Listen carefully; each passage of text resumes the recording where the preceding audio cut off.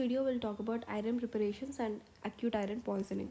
So preparations of iron are of two types. One is oral, another is parenteral. So under oral preparations, the examples are ferrous sulfate, gluconate, fumarate, succinate, iron choline citrate, ferric ammonium citrate. So these are indicated in case of iron deficiency anemia and pregnancies where the iron requirement is high, and blood loss, or in case of malabsorption or poor diet of iron. Adverse drug reactions are epigastric pain, heartburn, nausea, vomiting, constipation, or some cases diarrhea also seen, metallic taste, and staining of teeth is seen. So this is a picture of staining of teeth in case of oral intake of iron preparations, and in the above picture you can see the possible side effects of iron supplements. So mnemonic for the oral preparations: fumes of sulfur coming out from the car while the man is sipping his Nimbu glucose drink. In this picture you can see there are fumes of SO2 coming out from the car, but the man in the car is enjoying his glucose drink which is of Nimbu flavor. So the fumes here refers to ferrous fumarate, sulfur refers to ferrous sulfate, sipping or sucking his drink refers to ferrous succinate, Nimbu refers to citrate. So with the example citrate, we have two examples, right? One is iron choline citrate and another is ferric ammonium citrate. And glucose drink refers to ferrous gluconate. So this is the mnemonic to remember the examples of oral preparations. So the ferrous fumarate, ferrous sulfate, ferrous succinate, citrate, and ferrous gluconate. Parenteral iron preparations. Again, you have four examples here. One is iron sorbitol citric acid complex, iron dextran, ferrous sucrose, ferric carboxy maltose. So iron sorbitol citric acid complex is given intramuscularly. The first two are given intramuscularly, the next two are given intravenously. So the first one is low molecular weight and it is not recommended. Why? Because it has risk of development of ventricular tachycardia and it can also cause AV block. So we usually do not prefer this drug. Next, coming to the iron dextran, which is also given intramuscularly, but it is high molecular weight and it is commonly preferred. Why? Because it has less side effects and rarely it may cause rashes. Coming to the third example, which is ferrous sucrose, which is again high molecular weight but given intravenously, it also usually recommended and it rarely causes allergies. And coming to the fourth example, ferric carboxy maltose, it is also given intravenously but it is not given for children less than 14 years of age. Why? Because we do not know the safety data of this drug, but usually it do not cause any side effects. When to give the parenteral preparations? When the oral preparations fail to treat the disease, or when the oral preparations are not given in certain conditions, we go for parenteral preparations. So let us see the conditions. One is oral iron therapy. One is oral iron therapy intolerance. That means if it causes too many adverse drug reactions in the patients, we go for parenteral preparations. And malabsorption of iron because of the chronic inflammation of intestinal mucosa, and non-compliance to the oral iron, severe iron deficiency, and these parenteral preparations are administered along with the erythropoietin in patients of renal disease. Adverse drug reactions.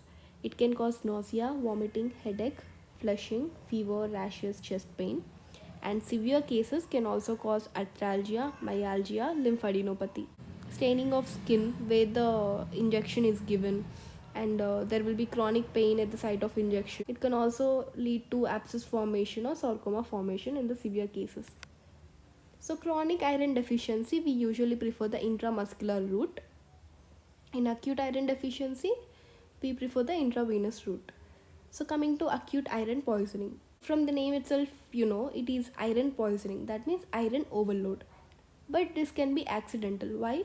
In case of children who play with tablets, they may take this adult multivitamin tablets or iron supplements accidentally. And also genetic predisposition can also be a cause of it. So symptoms occur in stages. The first stage, we see vomiting, bloody diarrhea, and the abdominal pain. And next, the person develops dehydration, hyperventilation, and metabolic acidosis as a result of hyperventilation. And after few days, if it's not treated, liver damage can also occur. When the condition severes, cyanosis, convulsions, coma, and death can also occur if it is not treated earlier.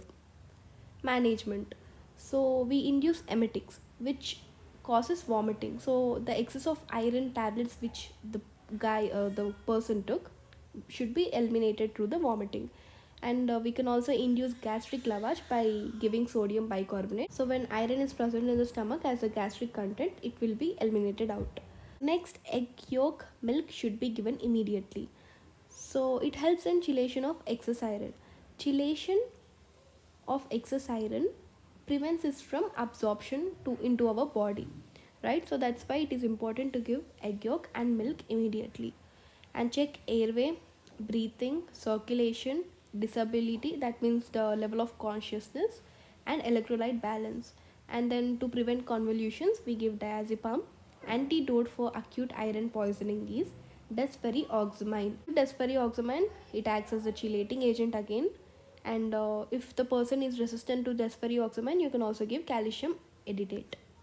So mechanism of action of desferrioxamine, it is an iron chelating agent, drug of choice in case of acute iron poisoning. It is also called as antidote for acute iron poisoning. It chelates iron from hemosiderin and ferritin, but not from hemoglobin and cytoplasm.